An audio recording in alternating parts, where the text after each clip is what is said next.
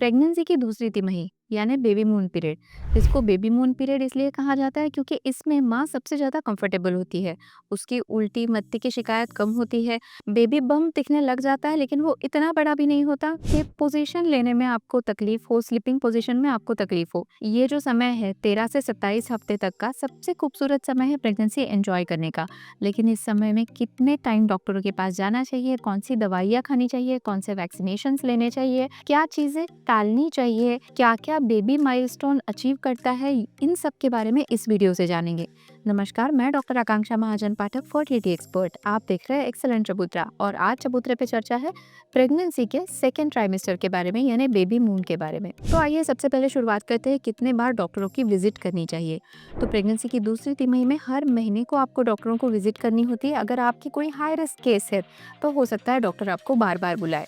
इस दूसरी तिमाही में आपको आयरन और कैल्शियम की मेडिसिन खाना एकदम आवश्यक है क्योंकि इस समय बच्चे का वजन 150 ग्राम से लेकर के 1 किलोग्राम तक बढ़ता है और बच्चे की हड्डियाँ, बच्चे का खून सब कुछ डेवलप होने लगता है। तो इस समय बच्चा उसकी जो जो रिक्वायरमेंट्स है, उसकी जो जो ज़रूरतें हैं वो माँ के शरीर से पूरी करता है।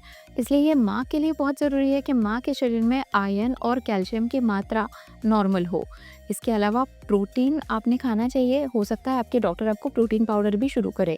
इस सेकेंड ट्राइमेस्टर में जो 2 इम्पॉर्टेंट वैक्सीन आते हैं उसमें से एक है डीपीटी, जो कि आपको दूसरी तिमाही के अंत में दिया जाएगा, और दूसरा वैक्सीन है फ्लू वैक्सीन। तो ये 2 वैक्सीन लेना अनिवार्य है। साथ ही साथ इस दूसरे तिमाही में सीबीसी, थायराइड और ग्लूकोज यानी ग्लूकोज टॉलरेंस टेस्ट, जिसको हम बोलते हैं ओजीटीटी या ओजीसीटी, ये करके डायबिटीज़, हाइपोथायरॉयडिज्म, इस सब का डायग्नोसिस होना भी आवश्यक है। अब जानते हैं लाइफस्टाइल चेंजेस के बारे में। इस सेकेंड ट्राइमेस्टर में आप व्यायाम कर सकते हैं। तो एक्सरसाइज में आप चलने का व्यायाम कर सकते हैं, आप कैट काउ स्ट्रेच कर सकते हैं, प्राणायाम कर सकते हैं। इसके अलावा आप कुछ हल्की-हल्की एक्सरसाइजेज जैसे कि neck rotation, body twisting, stretching, ये सब कुछ कर सकते हैं। लेकिन क्या अवॉइड करना चाहिए? ऐसी कौन सी भी एक्सरसाइज अवॉइड करनी चाहिए जिसमें आप आपके बॉडी का बैलेंस ना रख पाए? हेवी वेट लिफ्टिंग अवॉइड करना चाहिए। इसके अलावा सीधा बेड पे सोना अवॉइड करना चाहिए। एक करवट पे होके सोना आइडियल है क्योंकि इसमें बच्चे को भी ब्लड सप्लाई अच्छा मिलता है और आपका भी बीपी कंट्रोल होता है। इसके अलावा लाइफस्टाइल में खाने में आपको हाई प्रोटीन डाइट लेना चाहिए, ज़्यादा से ज़्यादा ताज़े फल लेने चाहिए और खाने में अनकुक्ड या रॉ मीट मतलब आधा पका मांस या अनपास्चराइज्ड मिल्क या पैकेज्ड फूड जिसमें बहुत ज़्यादा प्रिजर्वेटिव्स हो, ये सारी चीज़ें अवॉइड करनी चाहिए। और इसी ट्राइमेस्टर से आपने अपना एक स्किन केयर रूटीन बनाना भी आवश्यक है क्योंकि अभी से बेबी का साइज़ बढ़ेगा तो आपकी स्किन की भी स्ट्रेचिंग बढ़ेगी। स्किन अगर स्ट्रेच हो जाएगी, फैल जाएगी तो उसमें स्ट्रेच मार्क्स भी आएंगे। तो इन स्ट्रेच मार्क्स को अवॉइड करने के लिए स्किन को अच्छे तरीके से मुलायम रखना, मॉइस्चराइज रखना आवश्यक है। इसलिए सुबह नहाने के बाद में मॉइस्चराइज़र लगाना, रात में सोने के पहले ऑयल लगाना, दिन में 2 से 3 बार बॉडी बटर लगाना, ये सारी चीज़ें स्किन केयर में आती है। इसी के साथ में आप निपल केयर भी शुरू करें क्योंकि निपल की जो स्किन है वो सेंसिटिव रहती है, पतली रहती है। आगे चलकर बेबी जब ब्रेस्ट फीड करेगा तो निपल में क्रैक्स ना आ जाए, इस हेतु निपल की भी केयर आपको मॉइस्चराइजेशन के थ्रू ही रखनी है। प्रेगनेंसी के इसी ट्राइमेस्टर से स्किन में थोड़ा सा डार्कनिंग आना, जिसको हम मेलाज्मा बोलते हैं, या फिर स्त्री की जो नाभि है उसके अराउंड थोड़ा सा ब्लैकनिंग होना, लीनिया नाइग्रा जिसको बोलते हैं, ये सारे स्किन चेंजेस आने शुरू हो जाते हैं। तो सनस्क्रीन लगाना मत भूलें, लेकिन याद रखें आप जो भी कॉस्मेटिक प्रोडक्ट यूज़ करेंगे उसमें कोई भी तेज़ स्मेल ना हो, फ्रैग्रेंस ना हो, और कोशिश करें कि ऑर्गेनिक या नेचुरल प्रोडक्ट्स का इस्तेमाल करें। कुछ केमिकल्स जैसे कि रेटाइनॉल या फिर हेवी केमिकल पिल्स, ये सारी चीज़ें आपने पूरे प्रेगनेंसी में अवॉइड करनी है। आपने अमोनिया युक्त हेयर कलर्स को भी अवॉइड करना है। तो ये सारे लाइफस्टाइल चेंजेस है प्रेगनेंसी के सेकेंड ट्राइमेस्टर में। आप प्रेगनेंसी के सेकेंड ट्राइमेस्टर में शारीरिक संबंध भी बना सकते हैं, लेकिन इसकी राय आप पहले डॉक्टरों से ज़रूर लें। प्रेगनेंसी के इसी सेकेंड ट्राइमेस्टर में बहुत सारी औरतों को सर्वाइकल एनसरक्लाज यानी सर्वाइकल स्टिच डालने की सलाह दी जाती है। जनरली सर्वाइकल स्टिच उन औरतों में डाला जाता है जिनमें पहले अबॉर्शन की हिस्ट्री रही हो या जिनका सर्विक्स जो है, जिनका गर्भाशय का मुख जो है, उसकी लेंथ, उसकी जो चौड़ाई है वो इतनी एडिक्वेट नहीं है और डॉक्टरों को जब लगता है कि हो सकता है कि ये औरत या ये महिला प्रीटर्म लेबर में जा सकती है, तो उस समय आपको सर्वाइकल स्टिच डालने की भी सलाह दी जा सकती है।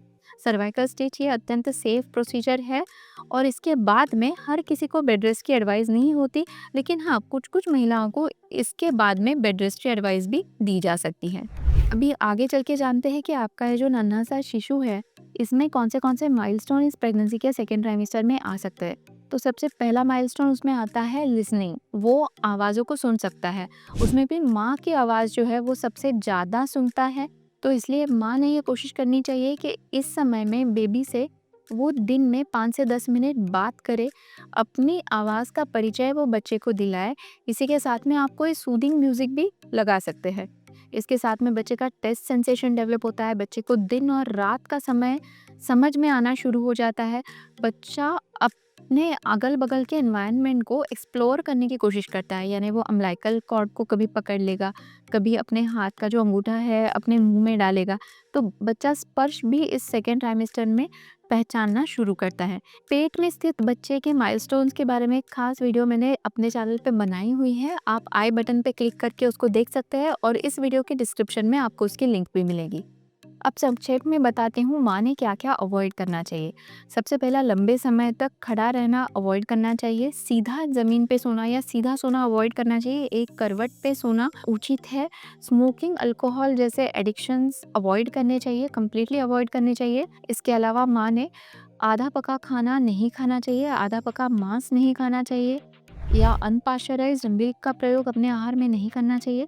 कॉस्मेटिक्स में रेटाइनॉल बेस्ड क्रीम नहीं यूज़ करने चाहिए।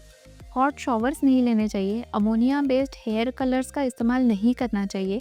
हाई हील्स नहीं पहनने चाहिए। ऐसे कौन सी भी एक्सरसाइज नहीं करनी चाहिए जिसमें माँ का बैलेंस लूज हो जाए या ज़मीन पे गिरने की एक आशंका हो। इसके अलावा वेट लिफ्टिंग नहीं करना चाहिए। तो एक्सरसाइजेस में वॉकिंग, कीगल्स एक्सरसाइज, ये सारी एक्सरसाइजेस आप कर सकती है। माँ ने ज़्यादा भीड़ के प्लेसेस में नहीं जाना चाहिए, क्योंकि हो सकता है कि ज़्यादा भीड़ में या जमाव में जाने से उनको कोई इन्फेक्शन हो जाए और प्रेगनेंसी में फ़ीवर आना कभी भी अच्छी बात नहीं होती है। आशा करती हूँ कि ये वीडियो आपको अच्छी लगी हो। अगर ये वीडियो अच्छी लगी है तो इस वीडियो को लाइक करें, चैनल को सब्सक्राइब करें और इस वीडियो को ज़्यादा से ज़्यादा लोगों तक शेयर करें। धन्यवाद।